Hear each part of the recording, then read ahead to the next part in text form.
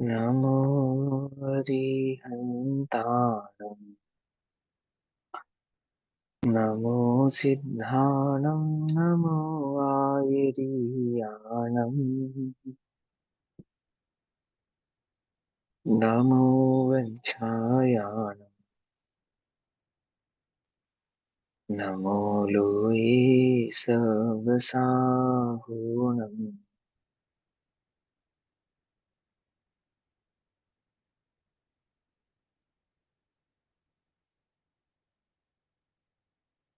मङ्गलं भगवान् वीरो मङ्गलं गौतमो गणे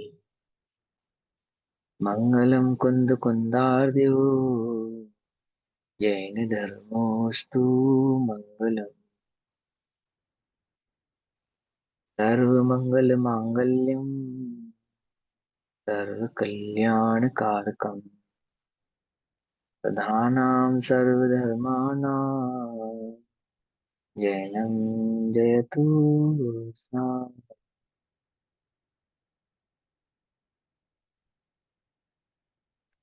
सर्वव्याप्येकचिद्रूप स्वरूपाय परात्मने स्वोपलब्धिप्रसिद्धाय ज्ञानानन्दात्मने नमः।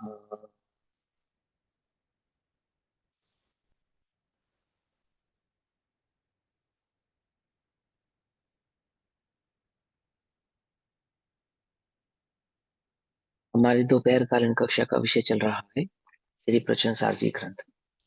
श्री प्रचन सारजी का स्वाध्याय हम सभी आचार्य अमृतचंद्र देव द्वारा रचित तत्व प्रदीपिका और आचार्य जयसेन द्वारा रचित तात्पर्य वृत्ति टीका के आधार से कर रहे हैं।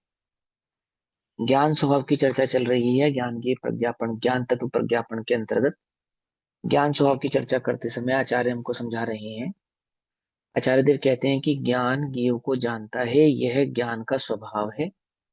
स्व और परप्रकाशक भाव ज्ञान का अपना निजी स्वभाव है और ज्ञान ज्ञेयों में प्रविष्ट नहीं होता है, उसको प्रविष्ट कहना यह व्यवहार है। इस भाव को समझाते हैं। अब गाथा नंबर 28 में पेज नंबर 72 तत्व प्रदीपिका टीका के आधार से गाथा नंबर 28 पेज नंबर 72 आंख के उदाहरण से ज्ञान को अप्राप्यकारी कहकर समझाएंगे। ठीक है ना। छह पांच इंद्रियां हैं जिसमें नेत्र को अप्राप्यकारी या अप्राप्तकारी और चार इंद्रियों को प्राप्यकारी या प्राप्तकारी कहते हैं। यहाँ पे प्राप्त कहने का तात्पर्य यह है कि चार इंद्रियां तो अपने ज्ञेय के नजदीक जाकर अथवा अपने ज्ञेय को छूकर पहचानती और जानती है, परंतु नेत्र इंद्रिय अपने ज्ञेय को दूर से ही जैसा है वैसा का वैसा पहचानती है। इसी प्रकार से ज्ञान लोकालोक को लोकालोक के समीप जाए बिना ही और लोकालोक को ज्ञान में प्रविष्ट कराए बिना ही स्पष्ट रूप से जानता है, ऐसा इस ज्ञान का स्वभाव है। स्वभाव है कहकर तात्पर्य कहना चाहते हैं कि निश्चय से ज्ञान ज्ञेय को जानता है। ठीक है ना। ये बात इसलिए इंडिकेट कर रहे हैं कि पूरे प्रवचन सार जी में ज्ञान स्वभाव की जब चर्चा करेंगे तो बार बार ज्ञान का लक्षण यही कहेंगे कि वो ज्ञेय को जानता है, ज्ञेय को जानता है। तो जिनको ये मत है, जैसा ऐसा अंतर में लगने लगा है कि ज्ञान तो ज्ञेय को जानता ही नहीं है, ज्ञान तो सिर्फ ज्ञान को ही जानता है, तो वहाँ ज्ञान ज्ञान को जानता है उसका हम निषेध नहीं कर रहे हैं। लेकिन ज्ञेय को जानता ही नहीं है और ज्ञेय को जानता है सो व्यवहार है, ऐसा नहीं है ना।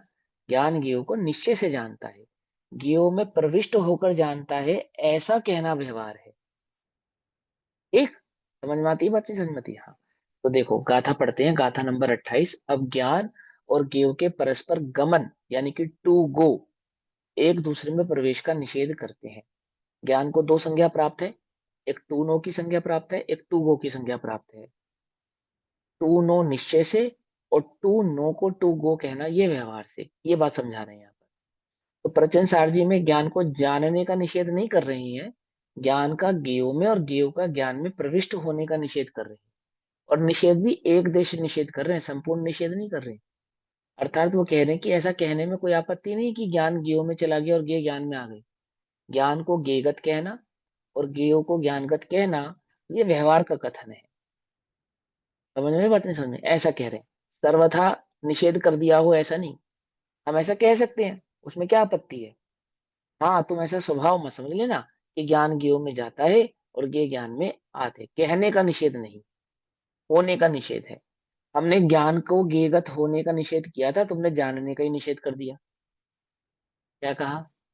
हमने तो तुमसे क्या कहा था कि ज्ञान ज्ञेय में नहीं जाता, ज्ञेय ज्ञान में नहीं आते। और तुमने क्या करा कि ज्ञान ज्ञेय को जानता ही नहीं है, यही निषेध कर दिया। कि नहीं, हमने अपने आप से निषेध नहीं किया है, हमने ऐसी विवक्षा पढ़ी है, ज्ञानियों के द्वारा पढ़ी, आचार्यों के द्वारा पढ़ी है कि भैया वहां पे टू गो उसका ही निषेध किया है, टू नो का निषेध वहां पे भी नहीं किया है। समझे नहीं समझे? और अध्यात्म के अतिरेक में ज्ञान सिवाय ज्ञान के अन्य किसी को नहीं जानता, ऐसा कह सकते हैं, उसमें कोई आपत्ति नहीं है। वहां तो ज्ञान स्वभाव की महिमा दिलाने के लिए ऐसी बात कही थी। तुम तो स्वभाव में ही खोट निकाल कर बैठ गए। क्या खोट निकाला स्वभाव में? कि ज्ञान जीव को जानता नहीं है। ठीक। देखो क्या कहते हैं, नाणी नाण सहाहो अट्टनेय पगही नाणिस्य रूवाणी वचक्षणु नेवननन नेवनननोनने सुवंटन्ति। आत्मा ज्ञान स्वभावी एवं अर्थ आत्मा के है ये, यथा वर्ण है ये नेत्र का एक दूजे में नहीं रहे। ठीक है। अर्थ का मतलब होता है पदार्थ। ठीक। पदार्थ का मतलब क्या होता है? सामान्य छह द्रव्य, बस। इस गाथा से ये भाव और समझाना चाह रहे हैं। कहीं कहीं पे हम पदार्थ का अर्थ क्या निकालते हैं कि वो प्रयोजनभूत आत्मा का अनुभव करने वाला ज्ञान स्वभावी पदार्थ, बस। समझे नहीं समझे? ये अर्थ निकालते हैं कि पदार्थ माने क्या, वो जो आत्मा अपना निश्चैतन्य ज्ञान भाव का अनुभव करता है ना, बस उसको पदार्थ कहते हैं, अन्य को पदार्थ नहीं कहते। तो ऐसा नहीं है। पदार्थ का अर्थ यहाँ पे भी सामान्य द्रव्य का ही का अर्थ है। अर्थ कहो, पदार्थ कहो या द्रव्य कहो, एक अर्थवाची है। यहाँ कहते हैं अर्थ आत्मा के हैं ये। अर्थ माने द्रव्य पदार्थ सारा संसार, ये आत्मा का ज्ञेय है। देखो क्या कहते हैं, अन्वयार्थ पढ़ते हैं। आत्मा ज्ञान स्वभाव है, अर्थात आत्मा का स्वभाव ज्ञान है। तो आत्मा ज्ञान स्वभाव है कहने का तात्पर्य क्या है कि ज्ञान है और आत्मा एक ही है, यानी ज्ञान कहो चाहे आत्मा कहो। तो ज्ञान स्वभावी होने से अर्थात वो जानने लक्षण की बात कर रहे हैं, तो उसके ज्ञान स्वभाव की चर्चा कर रहे हैं, क्योंकि स्वभाव में उसके सुख भी है, स्वभाव के उसके दर्शन भी है, स्वभाव में उसके वीर्य भी है। लेकिन यहाँ पे जानने की अपेक्षा चलेगी ना। तो आत्मा ज्ञान स्वभाव है और पदार्थ। देखो अर्थ का अर्थ क्या किया हिंदी में? पदार्थ। पदार्थ कैसे हैं? ज्ञानी ना आत्मा के, कि आत्मा का ज्ञेय स्वरूप है। ठीक। रूपाणी इव चक्षुषो, जैसे कि रूपी पदार्थ नेत्रों के ज्ञेय हैं, वैसे ही वे एक दूसरे में नहीं वर्तते। एक दूसरे में नहीं वर्तते मतलब टू गो नहीं होते, टू नो ही रहते हैं। आंख मिर्ची को देखती है, परंतु मिर्ची आंख में लगती नहीं है। जुबान पे मिर्ची लगती है, आंख में मिर्ची नहीं लगती है। समझ में बात नहीं समझी? पकड़ में आई? देखने से आपको टेस्ट करना है ना, जुबान पे लगाएंगे मिर्ची को तो जुबान जलेगी, लेकिन आंख अगर मिर्ची को देखेगी तो नहीं जलेगी। उदाहरण से समझना, एक देश उदाहरण समझा रहे हैं, तो क्यों नहीं जलेगी? क्योंकि वो प्रविष्ट होकर नहीं जानती, अप्राप्यकारी है। ऐसा एक आंख का उदाहरण उस आत्म स्वभाव पे लगाकर आचार्य देव हमको समझाते हैं। गाथा बिल्कुल इजी है, हम जल्दी जल्दी इस गाथा को पढ़ेंगे। ठीक है ना? इसमें जो मूल बात थी समझाने की वो मैंने आपको समझा दी। फिर भी जो शब्द इसमें आएंगे उन शब्दों का मैं अर्थ करूंगा। नहीं समझ में आए तो पूछना। बहुत सिंपल और साधारण गाथा है। क्या कहते सुनो। आत्मा और पदार्थ स्वलक्षण भूत पृथक्त्व के कारण, आत्मा का और पर पदार्थों का क्या लक्षण है कि वे अलग अलग रहते हैं, अपने अपने में रहते हैं। पृथक्त्व स्वलक्षण यानी अपने अपने में तो रहते हैं और एक दूसरे से अलग रहते हैं। अपने से अलग नहीं होते और एक दूसरे के साथ नहीं होते। एक दूसरे से अलग रहते हैं, अपने अपने में रहते हैं। क्या लिखा? आत्मा और पदार्थ स्वलक्षण भूत यानी अपने अपने लक्षण रूप, पृथकत्व के कारण, एक दूसरे से पृथकत्व के कारण, ठीक है ना, एक दूसरे में नहीं वर्तते। पृथकत्व के कारण क्या करते हैं, एक दूसरे में नहीं वर्तते, अर्थात कोई भी द्रव्य दूसरे द्रव्य में क्या नहीं होता, टू गो नेचर वाला नहीं है। अर्थात आत्मा जीव में जाए, जीव आत्मा में जाए, कोई पुद्गल में जाए, ऐसे स्वभाव वाले वे नहीं है, ऐसा कह रहे हैं, ठीक। परंतु उनके मात्र नेत्र और रूपी पदार्थ की भांति, जैसे आंख किसको देखती है, आंख रूपी पदार्थों को देखती है ना, अरूपी पदार्थों को देखे, ऐसा आंख का स्वभाव नहीं है। तो आत्मा का स्वभाव ऐसा तो नहीं है कि वो सिर्फ रूपी पदार्थों को देखे और अरूपी को ना देखे। यहाँ तो उदाहरण दे रहे हैं ना आपको, मलेच्छ को जैसे मोटा उदाहरण देकर, स्थूल उदाहरण देकर समझाते हैं, तो एक देश उदाहरण देकर समझा रहे हैं कि जैसे इस जगत के इन रूपी पदार्थों को आंख देखती है, लाल रंग को आंख देखती है, आंख लाल नहीं होती, काले रंग को आंख देखती है, आंख काली नहीं होती, अच्छी गंदी चीजों को आंख देखती है, परंतु वो आंख अच्छी और गंदी नहीं होती। लेकिन आंख में वह जो वस्तु जिसको आप देखते हैं, उसका रूप दिखाई देता है या नहीं दिखाई देता, है ना। आग के सामने आप खड़े हो जाए तो वह अग्नि आंखों में दिखाई देगी या नहीं दिखाई देगी। तो बोले जानती तो ऐसे है मानो अग्नि आंखों में चली गई हो, देखती तो ऐसे है, लेकिन ऐसे देखने पर भी अग्नि और आंख भिन्न भिन्न रहते हैं। दिखाई तो कैसे देती है, जो आंखों में अग्नि का आकार बन जाता है, आंखों में अग्नि झलकने लगती है, उसको तो कहते हैं गेयाकार, उसको तो कहेंगे गेयाकार। और उस गेयाकार को कहेंगे अप्रविष्ट। अप्रविष्ट यानी कि ऐसा होने पर भी मानो अग्नि कहीं बाहर नहीं, आंख में ही जल रही हो। आंख और अग्नि अप्रविष्ट भाव वाले हैं। तारा लोक तो झलकेगा ज्ञान में, ऐसे मानो ज्ञान में ही हो, आत्मा में ही हो, कहीं बाहर नहीं है। ऐसा होने पर भी क्या नहीं है, ज्ञान भिन्न है और ये भिन्न है, ऐसा। तो क्या कहते हैं, उनके पाई जाती है मात्र नेत्र और रूपी पदार्थ की भांति ज्ञान के स्वभाव संबंध से होने वाली एक दूसरे में प्रवृत्ति पाई जाती है। ज्ञान में और आंख में और देखने में कैसी प्रवृत्ति दिखाई देती है, जैसे ज्ञान के स्वभाव की प्रवृत्ति है। अर्थात ज्ञान गेय को जानता है, गे ज्ञान के जानने में आते हैं, ऐसी प्रवृत्ति तो दिखाई देती है। लेकिन ज्ञान गेय में चले जाए और गे ज्ञान में आ जाए, ऐसी प्रवृत्ति दिखाई देती नहीं है। प्रत्येक द्रव्य का लक्षण अन्य द्रव्यों से भिन्नत्व है। छह द्रव्य है, छह के छह द्रव्य अपने अपने निजी स्वभाव वाले हैं, इसलिए आत्मा और पदार्थ एक दूसरे में नहीं मिलते। ठीक है, आत्मा और अन्य पदार्थ, यानी कि एक आत्म पदार्थ और अन्य पदार्थ, ये क्या नहीं होते, एक दूसरे में नहीं मिलते। देखो, बहुत ध्यान से समझो, मैं ये बात क्यों कहना चाहता हूं। जो अपने नए युवा है ना, जो अभी स्वाध्याय में नए नए लोग जुड़ रहे हैं या समझने की कोशिश कर रहे हैं, वो इस प्रकार की व्याख्याओं से बहुत कंफ्यूज है कि द्रव्य अलग, तत्व अलग और पदार्थ अलग। समझे या नहीं समझे, वो बहुत कंफ्यूज होते हैं। इनमें एक प्रकार का अंतर भी है, मैं सर्वथा निषेध नहीं कर रहा हूं, लेकिन ऐसा अंतर नहीं है कि उन पे घंटों व्याख्यान किया जाए। ऐसा अंतर नहीं है कि आपको ऐसा लगे कि अरे मैंने अगर द्रव्य पदार्थ और तत्व के बीच का अंतर नहीं जाना तो मेरा समय दर्शन ही रुक जाएगा, मुझे वस्तु स्वरूप ही नहीं समझ में आएगा। देखो कितना स्पष्ट है, बार बार उसको पदार्थ कह रहे हैं ना, यहाँ पे देखो मूल टीका में भी लिखा है।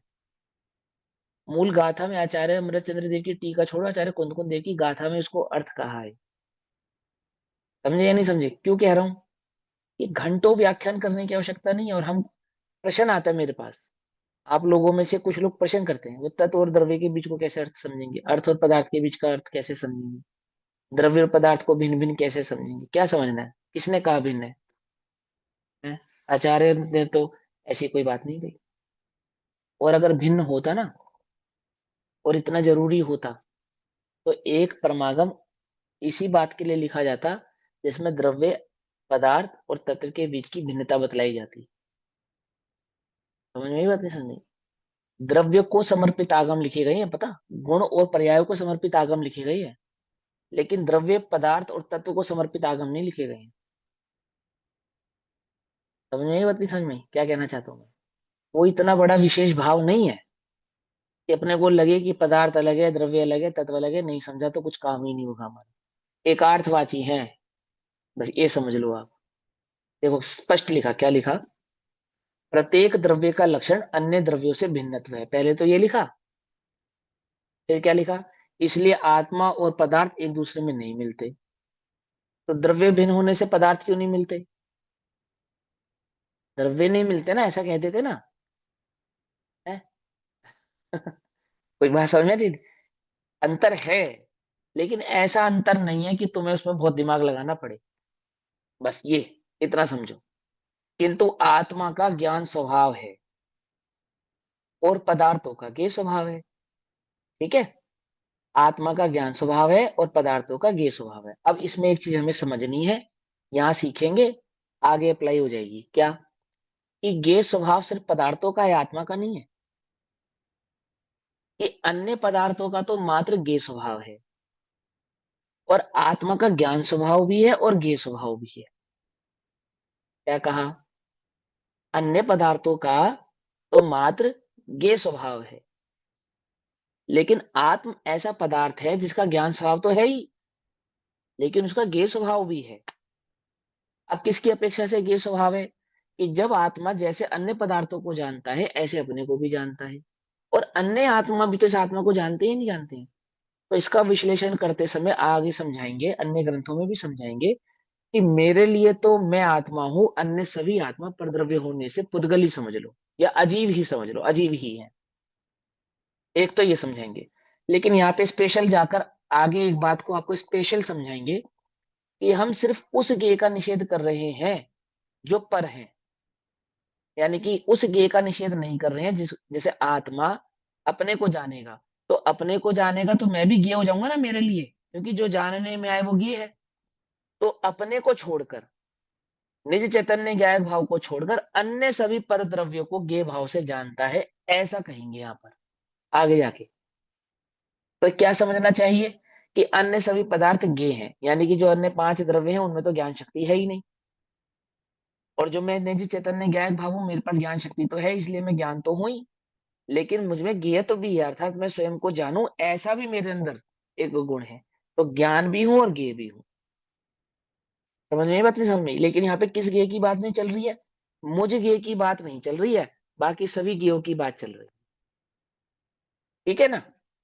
तो क्या कहते हैं कि मात्र, किंतु आत्मा ज्ञान स्वभाव है और पदार्थों का ज्ञेय स्वभाव है। इसलिए ऐसे ज्ञान ज्ञेय स्वभाव रूप संबंध के कारण ही, मात्र ऐसे ज्ञान ज्ञेय स्वभाव के संबंध के कारण ही, मात्र उनका एक दूसरे में होना है। तो क्या संबंध? कि ज्ञान ज्ञेय को जानता है और ज्ञेय ज्ञान में जानने में आते हैं, तो ये संबंध। लेकिन इस संबंध के कारण ही ऐसा कहना कि मानो ज्ञान ज्ञेय में है और ज्ञेय ज्ञान में है ना, एक दूसरे में होना, नेत्र और रूपी पदार्थों की भांति उपचार से कहा जा सकता है। ये व्यवहार है। क्या कहा? उपचार क्या है? ज्ञान ज्ञेयों को जानता है, ये उपचार है, या ज्ञान ज्ञेयगत है, ये उपचार है। समझ में? बात नहीं समझ में? उपचार किसको कह रहे हैं? कि ज्ञान ज्ञेयों में चला गया और ज्ञेय ज्ञान में आ गए, ये उपचार है। लेकिन ज्ञान ज्ञेयों को जानता है और ज्ञेय ज्ञान के जानने में आते हैं, यह उपचार नहीं है, यह स्वभाव है। ठीक? फिर क्या कहते हैं? जैसे नेत्र और उसके विषयभूत रूपी पदार्थ परस्पर प्रवेश किए बिना ही ज्ञेयाकारों को ग्रहण और समर्पण करने के स्वभाव वाले हैं। अर्थात ज्ञान में आंख में जैसे वस्तु झलकती है और वह झलकन चली जाती है ना, आंख जिसकी ओर देखे वैसा का वैसा प्रतिबिंब आंख के अंदर झलकने लगता है। और और क्या कहा उसको? समर्पण। समर्पण कहने का तात्पर्य क्या है? कि जब वो अपना गे बदलती है, यानी आंख किसी और को देखती है, तो जो पहले झलक रहा था वो चला जाता है, और जो अब नया देखने में आता है वो आने लगता है। सिंपल सी बात है, ऐसा होता है ना। तो ज्ञान में वो छवि बनना, उस छवि का नाम है ज्ञेयाकार। जैसे जिसको देख रही थी वैसी की वैसी पदार्थ की, द्रव्य की, वस्तु की छवि आंख में बनना, उस छवि का नाम है ज्ञेयाकार। वो छवि किसके कारण बनी? तो जब ज्ञान के संबंध में ज्ञाकारों के स्वरूप को समझाएंगे तो वहां कारण कार्य समझाएंगे। तो वहां ये सिद्ध करेंगे कि ज्ञ के कारण नहीं बनी। क्या कहेंगे? आंख में जो छवि बनी वो ज्ञ के कारण नहीं बनी। क्यों भैया, ज्ञ के कारण क्यों नहीं बनी? यदि ज्ञ के कारण बनती तो सिर्फ आंख में नहीं और जगह भी बन सकती थी, क्योंकि ज्ञ छवि बनाने में समर्थ है ना। ज्ञ छवि बनाने में समर्थ है। देखो उदाहरण दे देते, समझो ध्यान से। तालाब में चंद्रमा झलक रहा है, तो तालाब में चंद्रमा किसके कारण झलक रहा है? तो सबसे पहले कहेंगे चंद्रमा के कारण नहीं झलक रहा है। बोले यदि उसको चंद्रमा को कारण मानेंगे तो वह चंद्रमा सिर्फ तालाब में ही क्यों झलक रहा है, अन्य जगह क्यों नहीं झलक रहा? पत्थर में भी झलके, कीचड़ में भी झलके, पेड़ पत्तों में भी झलके, सब जगह झलके ना। खाली पानी में ही क्यों झलक रहा है? इसका मतलब वो झलकाने झलकने का कारण चंद्रमा नहीं है। तो फिर क्या कारण है? बोलेंगे पानी की अपनी स्वच्छत्व शक्ति, अपनी स्वच्छत्व योग्यता, जिसके कारण वो चंद्रमा को झलका पा रही है। समझ में बात नहीं? समझ में? फिर कहेंगे, फिर बोलेंगे तो फिर उसने वैसा का वैसे ही कैसे झलका दिया जैसा चंद्रमा है ना? तो वो स्वच्छता की शक्ति है, स्वच्छता की शक्ति।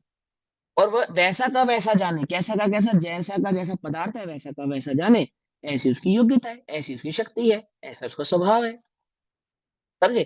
तो ज्ञेयों के कारण ज्ञान नहीं। इससे तो ये सिद्ध हुआ कि चंद्रमा के कारण ज्ञाकार नहीं बनता, यानी पानी में चंद्रमा का आकार नहीं बनता। ये पानी की अपनी निजी शक्ति के कारण बनता है, एक बात। लेकिन हाँ, चंद्रमा है इसीलिए बना है। चंद्रमा नहीं होता, अमावस्या के दिन उस तालाब में चंद्रमा का कोई आकार नहीं बनेगा। अमावस्या के दिन उस तालाब में चंद्रमा का कोई आकार बनेगा या नहीं बनेगा? आज क्यों नहीं बना? क्योंकि चंद्रमा नहीं है। समझ में आई बात? नहीं समझ में आई? ऐसे समझाते हैं ज्ञान के संबंध को, बड़े ध्यान से समझो। क्या कहते हैं? ज्ञेयों से ज्ञान नहीं। इसका मतलब क्या है? कि ज्ञेयों की सत्ता भिन्न है और ज्ञान की सत्ता भिन्न है। ऐसे यहां समझाते हैं कि आंख ने जिस पदार्थ को देखा, वो देखने पर वैसी की वैसी छवि उस आंख में जो बनी, उस छवि का नाम है ज्ञेयाकार। क्यों कह रहे हैं? क्योंकि हम आंख में छवि की मुख्यता करके चर्चा कर रहे हैं, इसलिए तो उसको कह रहे हैं ज्ञेयाकार।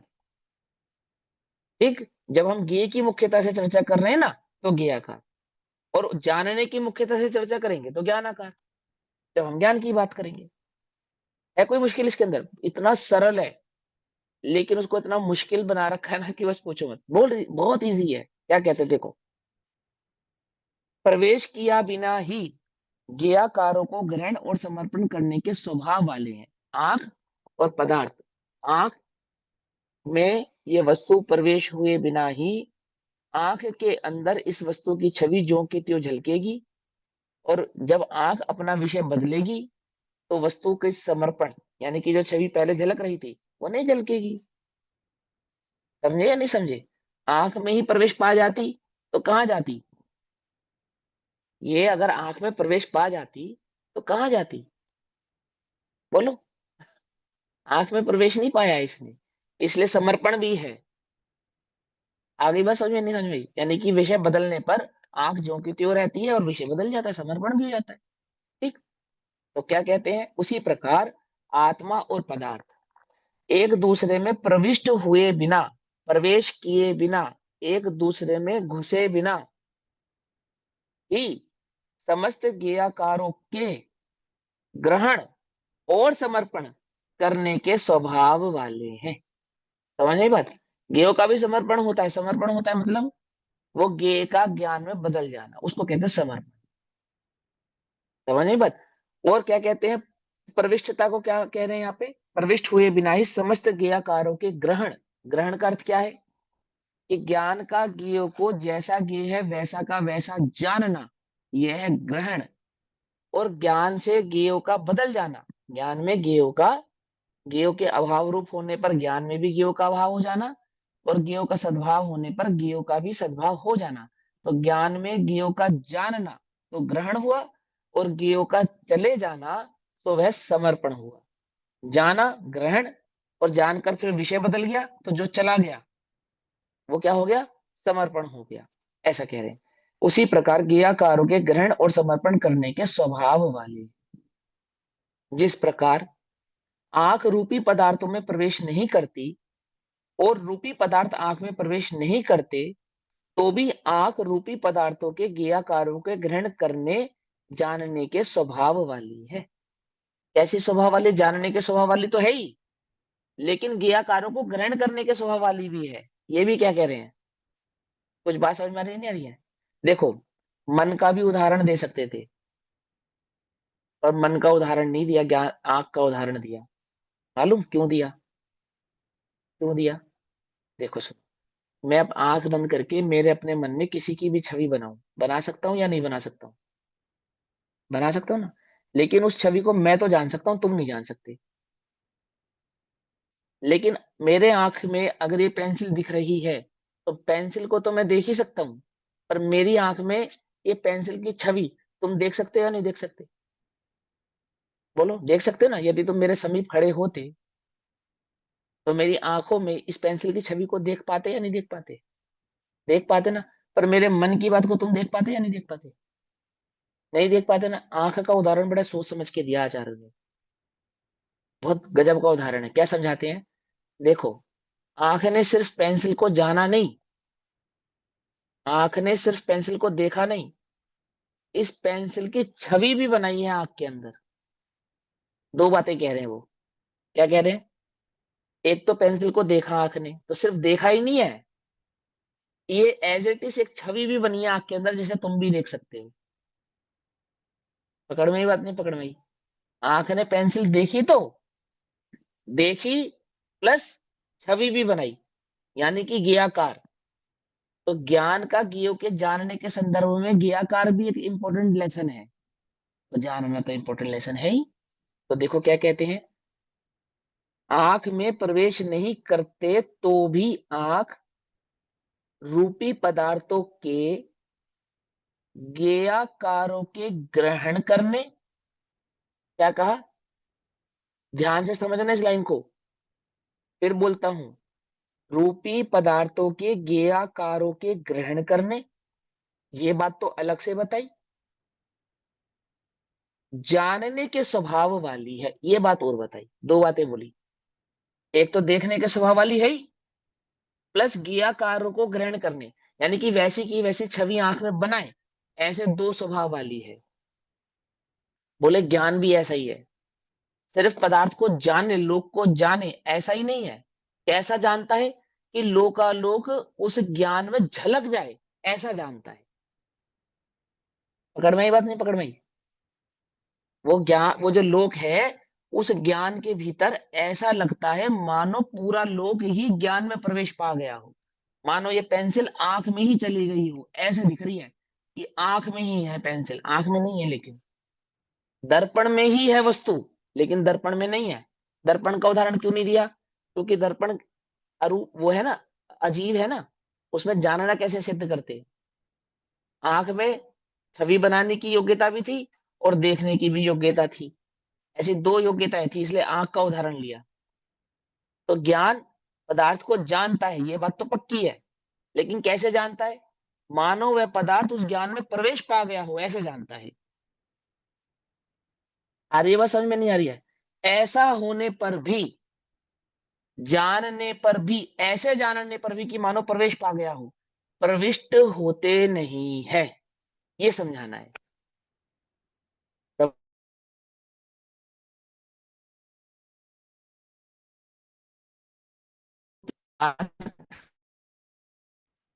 ज्ञान का तो यह स्वभाव है, और ज्ञेय का क्या स्वभाव है? और रूपी पदार्थ स्वयं के ज्ञेयाकारों को समर्पण करने, अर्थात ज्ञेय होने के स्वभाव वाले हैं। क्या कहा? रूपी मानव ज्ञान में सरेंडर कर देते हो।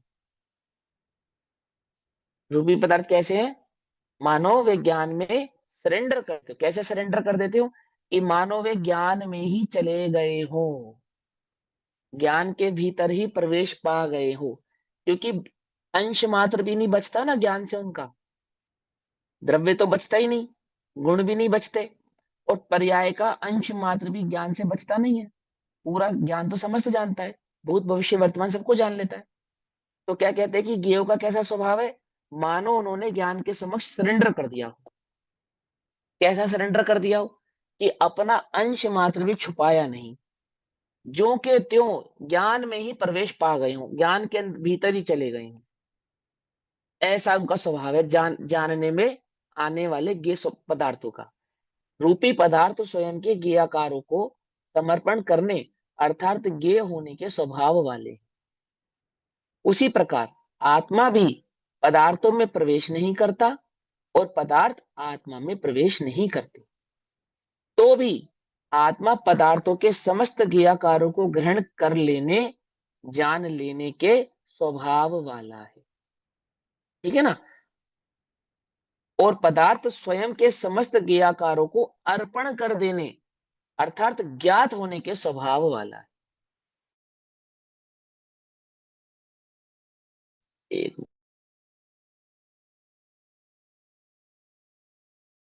अब देखो, स्वभाव वाले हैं। अब तात्पर्य वृत्ति गाथा क्रमांक 19, अब आचार्य जयसेन द्वारा गाथा नंबर 28 के ऊपर ही टीका कहेंगे। और आचार्य जयसेन की टीका में ये गाथा नंबर 28 गाथा नंबर 29 बन जाती है। ठीक।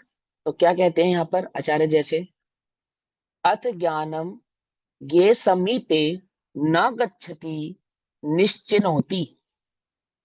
क्या लिखा है संस्कृत में, आचार्य जयसेन ने अपने हाथों से कुरेद कुरेद कर लिखा है ये कांटों से। क्या लिखा उन्होंने, अथ ज्ञानम ये समीपे न गच्छति, अर्थात ज्ञान गेयो में प्रवेश नहीं करता है, नहीं करता है, समझे। इस बात का निश्चय करेंगे, इस बात को समझाएंगे। ठीक। अब ज्ञान गेयो के पास नहीं जाता है, इस प्रकार निश्चय करते हैं। ज्ञान गेयो को नहीं जानता है, इसका निश्चय नहीं करेंगे। ज्ञान गेयो को जानता ही है तो उसका स्वभाव है। ज्ञान गेयो के समीप नहीं जाता है, इसका निश्चय करना है। पकड़ में आ रही है बात, नहीं पकड़ में आ रही है, समझे। देखो, अन्यथा ग्रहण नहीं करना, ध्यान से समझना। अगर सबके मिलाऊ ना तो कम से कम 400-500 घंटे के प्रवचन है ये समझाने के लिए कि ज्ञान ज्ञेय को जानता ही नहीं है क्या। और सबको लगता है कि हाँ ज्ञान तो ज्ञेय, मैं तो ज्ञान को ही जान रहा हूँ, ज्ञेय को जान ही नहीं रहा हूँ। तो उसका प्रमाण समझो, वहां बात तो कितनी छोटी सी थी और वो जबरन वो इतना बड़ा उसका बवाल बन गया। उसका निषेध नहीं है कि ज्ञान ज्ञेय को नहीं जानता, इसका निषेध नहीं कर रहा हूं मैं, बिल्कुल भी निषेध नहीं कर रहा हूँ। लेकिन वो विवक्षा बहुत डिफरेंट और बहुत अलग विवक्षा है। उसके कारण तुमने जो स्वभाव का अभाव किया है उसका यहाँ पे मंडन करना है। खंडन कर दिया ना तुमने स्वभाव का कि ज्ञान ज्ञेय को जानता ही नहीं है, इस स्वभाव का खंडन किया है जो, उसका मंडन करने की वजह से उसको इंडिकेट कर रहे हैं बार बार। देखो, ज्ञान ज्ञेय के समीप नहीं जाता है, ये निश्चय करना है। ज्ञान ज्ञेय को नहीं जानता है, ऐसा निश्चय नहीं कराएंगे आचार्य, कहीं पे भी नहीं कराएंगे, यहाँ छोड़ो कहीं नहीं कराएंगे आप, समझे। और अध्यात्म के उस भाव में जहां पे वो बात कही भी जा रही है उसका अर्थ बिल्कुल डिफरेंट है, टोटल डिफरेंट, जिसके कारण तुमने क्या कर दिया, स्वभाव को ही गड़बड़ा दिया। अब देखो तुमने क्या अर्थ निकाला उसका कि टीवी देखो, बीवी देखो, बच्चे देखो, भोग देखो, मैं तो ज्ञान ही देख रहा हूँ, मैं तो ज्ञान ही देख रहा हूँ। क्यों भैया, क्या देख रहे हो? हम्म? ज्ञान देख रहे हो या क्या देख रहे हो, बताओ, समझो ध्यान से। गंदे गंदे चित्र देखे और क्या कहे, ये तो ज्ञान ही देख रहा हूँ। ज्ञान है, ये तो ज्ञान की बनी है, ज्ञान की बनी है, ज्ञान ही देख रहा हूँ। समझना ध्यान से, छल ग्रहण ना करना। ठीक। हालांकि गेहूं का भी निषेध, जानने का निषेध नहीं है, पर बात समझना, ये अर्थ क्या निकाला तुमने उसका वहां से। तात्पर्य वृत्ति क्या कहती है, नानी नाण सहावो, ज्ञानी सर्वज्ञ केवल ज्ञान स्वभाव ही है। क्या कहते हैं, आत्मा का स्वभाव है केवल ज्ञान, सर्वज्ञता। ये ज्ञान, ज्ञानी कहकर यहाँ पे आत्मा कह रहे हैं, ज्ञानी माने वो जिनको केवल ज्ञान प्रकट हो गया वो तो है ही, लेकिन ज्ञानी कहकर यहाँ पर आत्मा के स्वभाव को समझा रहे हैं। आत्मा का क्या स्वभाव है, बोले स्वभाव है उसका वो। अब कोई ऐसा छल ग्रहण मत करना, स्वभाव है तो फिर एक इंद्रिय को भी सर्वज्ञता होगा, आदि आदि आदि। अरे वो प्रकट करने की शक्ति रूप से ज्ञान की शक्ति समझा रहे, सामर्थ्य समझा रहे हैं, है ना।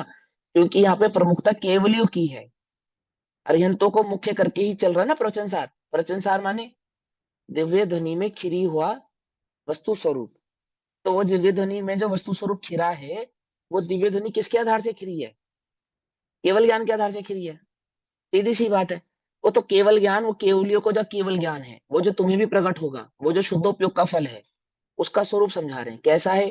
बोले केवल ज्ञानियों का या केवल ज्ञानियों का तो स्वभाव है कि उनके पास केवल ज्ञान है। स्वभाव से ही उनको केवल ज्ञान। ज्ञानी सर्वज्ञ केवल ज्ञान स्वभाव ही है।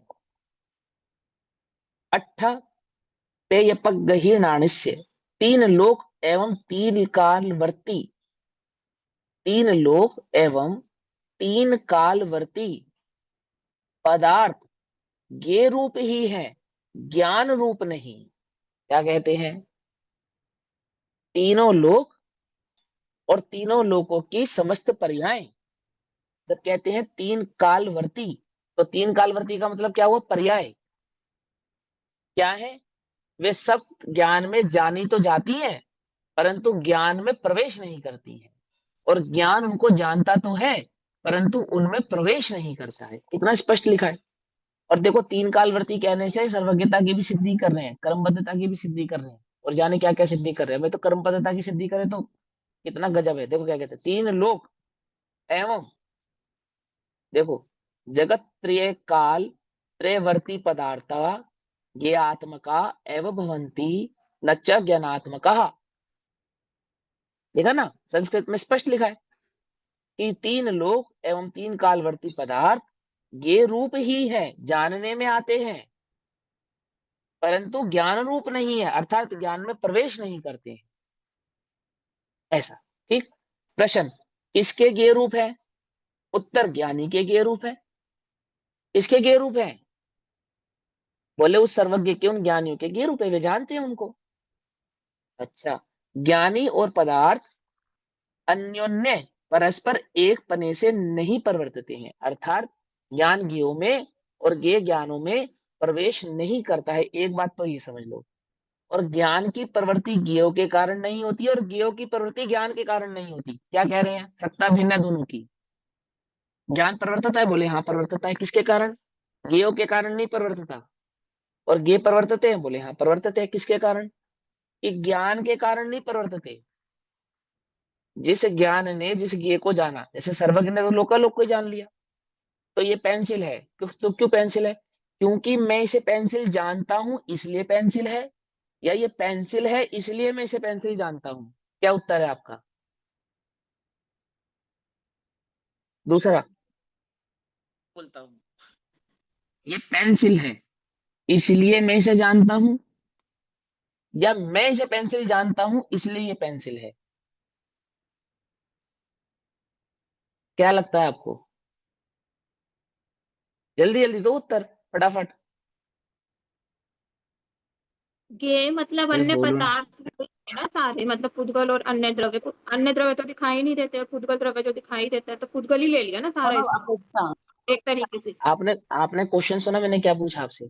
मैंने कहा ये पेंसिल है, मैं इसे पेंसिल कहता हूं, या मैं इसे पेंसिल जानता हूं इसलिए ये पेंसिल है, या ये पेंसिल है इसलिए मैं इसे पेंसिल जानता हूं? किस, क्या है रीजन, क्या है इसको पेंसिल जानने का रीजन क्या है?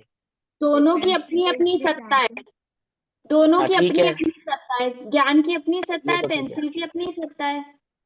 वो तो ठीक है, पर ये प्रश्न ये है कि पेंसिल मुझे है ये पेंसिल इसलिए दिखाई दे रही पेंसिल है। जानता हूँ। ये पेंसिल है इसलिए मैं इसे पेंसिल जानता हूँ, है ना। नहीं, मैं तो मेरे ज्ञान में है इसलिए ये पेंसिल है। हाँ सुनो, क्योंकि अब मैंने देखो देखो, अब देखो, और ये दोनों ही आंसर गलत है। लेकिन फिर भी एक अपेक्षा से दूसरा आंसर तो सही है, पहला फिर भी गलत है। जैसे आपने बोला, आपने क्या कहा, मैं इसको, ज्ञान इसको पेंसिल जानता है इसलिए पेंसिल है, ये आंसर गलत है। ये आंसर फिर भी गलत है, समझना ध्यान से। लेकिन आंसर दोनों ही गलत हैं, दोनों ही सही नहीं है। एक अपेक्षा से दूसरे को सही कह सकते हैं, क्योंकि ज्ञान में गे कैसा झलकता है, जैसा गे है वैसा ही झलकता है, ये तो आंसर आता है। ये कैसा है कि जैसा ज्ञान जानता है वैसा गे है, ऐसा नहीं कहते, ऐसा नहीं कहते। गे कैसा है, बोले जैसा ज्ञान जानता है ऐसा है, बोले नहीं। तो फिर क्या है, बोले जैसा गे है वैसा जानता है। पहले तो आप ये समझो। तो फिर क्वेश्चन उठेगा, अब दूसरे वाले पे आते हैं, क्योंकि ये पेंसिल है इसलिए ज्ञान जानता है, तो इससे क्या सिद्ध होता है, यदि पेंसिल नहीं होती तो ज्ञान नहीं जानता, यानी गे नहीं होंगे तो ज्ञान का जानना खत्म हो जाएगा। सिद्ध हुआ ऐसा? तो बोले नहीं नहीं नहीं, ऐसा नहीं है, ऐसा नहीं है भैया, ऐसा नहीं है। गे है इसलिए ज्ञान जानता है, ऐसा नहीं है। ये बात और है कि जैसा गे है वैसा का वैसा जानता है, पर ऐसा नहीं है कि गे नहीं है तो ज्ञान नहीं जानेगा। ज्ञान जानता है तो गेयों के कारण नहीं जानता है। हाँ, ये बात पक्की है कि जैसा गे है वैसा का वैसा जानता है। कुछ अंतर है यार, समझ में आया नहीं आया? और ये गे ऐसा क्यों है, क्योंकि ज्ञानने से ऐसा जाना? बोले नहीं, गे का गे रूप होना ये ज्ञान का अपना स्वभाव है। तो ज्ञान ने से ऐसा क्यों जाना? बोले ये ज्ञान का स्वभाव है। समझ में बात नहीं समझ में? ये ज्ञान का स्वभाव है। ज्ञेय जो प्रवृत्ति करता है वो ज्ञान के कारण नहीं करता है, और ज्ञान जो प्रवृत्ति करता है सो ज्ञेयों के कारण नहीं करता है। दो बातें समझ में आती है नहीं आती है? देखो क्या कहते हैं, ज्ञानी और पदार्थ अन्योन्य, अन्योन्य अर्थात अन्य अन्य, अलग अलग, परस्पर एक पने से नहीं परिवर्तते हैं, अर्थात एक दूसरे में नहीं परिवर्तते हैं। ज्ञान ज्ञेयों में नहीं परिवर्तता और ज्ञेय ज्ञान में नहीं परिवर्तते। वही सीधी सीधी सी बात है कि ज्ञान ज्ञेयों में नहीं जाता और ज्ञेय ज्ञान में नहीं आती। दोनों क्या रहते हैं, अलग अलग रहते हैं, भिन्न भिन्न रहते हैं। प्रश्न, किसके समान, किससे संबंधित, परस्पर प्रवृत्ति नहीं करते? उत्तर, जिस प्रकार रूप और नेत्र परस्पर में प्रवृत्ति नहीं करते हैं, उसी प्रकार ज्ञान और पदार्थ परस्पर में प्रवृत्ति नहीं करते। सिंपल, जैसे आंख अग्नि को देखकर गर्म नहीं होती है, परंतु अग्नि को ज्यों की त्यों जानती है, ऐसे ही ज्ञान समस्त लोकालोक को जानता है, परंतु वह समस्त लोकालोक ज्ञान में प्रवेश नहीं करता है, और ज्ञान उस समस्त लोकालोक में प्रवेश नहीं करता है। इसका विस्तार इस प्रकार है। क्या है भैया? जिस प्रकार, देखो पहले का तथा ही का मतलब होता है तथा, इस प्रकार, इस प्रकार विस्तार समझाएंगे। जिस प्रकार रूपी द्रव्य चक्षु के साथ परस्पर संबंध का अभाव होने पर भी अपने आकार को समर्पण करने में समर्थ है, अर्थात उस गेय का उस आंख में ज्यों का त्यों आकार बन जाए, ऐसा तो समर्पण है, परंतु परस्पर में एक दूसरे में प्रविष्ट होने का संबंध नहीं है। यानी ज्ञान का जानने का संबंध और ज्ञान में ज्ञाकार के बनने का संबंध। तो ये बात क्यों बता रहे हैं, ज्ञाकार वाली बात पता है क्यों बता रहे हैं? बोले ये क्वेश्चन ही क्यों खड़ा किया, जानता है लोकालोक को जानता है, यहाँ तक तो बात समझ में आ गई थी हमको, लेकिन ज्ञान ज्ञेयों में प्रविष्ट नहीं पाया और ज्ञेयों ने ज्ञान में प्रविष्ट नहीं किया। ये बात कहाँ से उठी? बोले ज्ञेयकारों के कारण उठ रही है ये बात। ये क्वेश्चन ज्ञेय जानने के कारण नहीं उठ रहा, ये क्वेश्चन ज्ञान ने इस लोक को जाना, इसके कारण ये क्वेश्चन नहीं उठा कि ज्ञान लोक में व्याप्त हो गया और लोक ज्ञान में व्याप्त हो गया। ये सवाल तो इसलिए खड़ा हुआ क्योंकि ज्ञान ने सिर्फ जाना ही नहीं, ज्ञान में उस ज्ञेय का ज्ञेयकार भी बना है, इसके कारण ये सवाल खड़ा हो रहा है। और कैसा खड़ा बना है वो ज्ञेयकार? मानो वो लोग उस ज्ञान में चला गया हो। समझ में बात? मैंने समझा ना, देखो मन का उदाहरण नहीं दिया, आंख का उदाहरण दिया। बोले क्यों? क्योंकि ज्ञेयकार भी समझाना है। हाँ बोलो, क्या क्वेश्चन है? भैया यहाँ पे तो समर्पण लिया कि गे बनता है, पीछे समर्पण आपने बताया था कि गे का बदलना, दोनों में कैसे सिमेट्री बैठी? हाँ, मैंने समर्पण है यानी कि ज्ञेय का अभाव भी होता है, उसका सद्भाव भी होता है, और समर्पण का मतलब ज्ञेयकार ही बनना है ना। ज्ञेय बदल जाता है तो ज्ञान में झलकने वाला ज्ञेय बदल जाने पर चक्षु अपना नेत्र बदलती है ना, उसका अभाव भी होता है, ऐसा भी होता है। और समर्पण माने कि ज्ञान ज्ञेय का इस प्रकार से समर्पित हो जाना कि मानो वह उसमें प्रवेश पा गया हो। नहीं, दोनों बातें समझा रहे हैं। बदलने पर वो भी बदल रहा है, ऐसा होने पर भी ज्ञान नहीं बदल रहा, क्योंकि दोनों की सत्ता भिन्न भिन्न है। और प्लस समर्पण करने का दूसरा तात्पर्य क्या है कि ये का जो का त्यों उस ज्ञान में झलक जाना। दोनों बातें समझा रहे हैं हम आपको, दोनों पक्ष लेकर चल रहे हैं। और ये ज्ञानाकार है ना, जो ये ज्ञाकार है, ये ज्ञाकार के कारण ही ये बात खड़ी होती है, जानने के कारण खड़ी नहीं होती है। जैसे मन अन्य को जानता है, लेकिन मन के भीतर कोई प्रवेश पा गया, ये सवाल खड़ा नहीं होता, क्योंकि वहां पे ज्ञाकार नहीं बनता। समझना, उदाहरण समझा रहे हैं, उदाहरण। लेकिन नेत्र आदि में तो ज्ञाकार बनता हुआ स्पष्ट स्पष्ट दिखाई देता है। वस्तु वह आंख में झलकती हुई स्पष्ट दिखाई देती है, और आंख उस वस्तु को देखती है, ये तो हम जानते ही हैं। तो ज्ञान सिर्फ लोकालोक को जाने, बात यहां तक नहीं है। बात तो यह है कि लोकालोक को सिर्फ जानता ही नहीं, वह लोकालोक का आकार ज्ञान में इस प्रकार से बनता है मानो लोकालोक उस ज्ञान में प्रवेश पा गया। पकड़ में आ रही बात, नहीं पकड़ में आ रही है?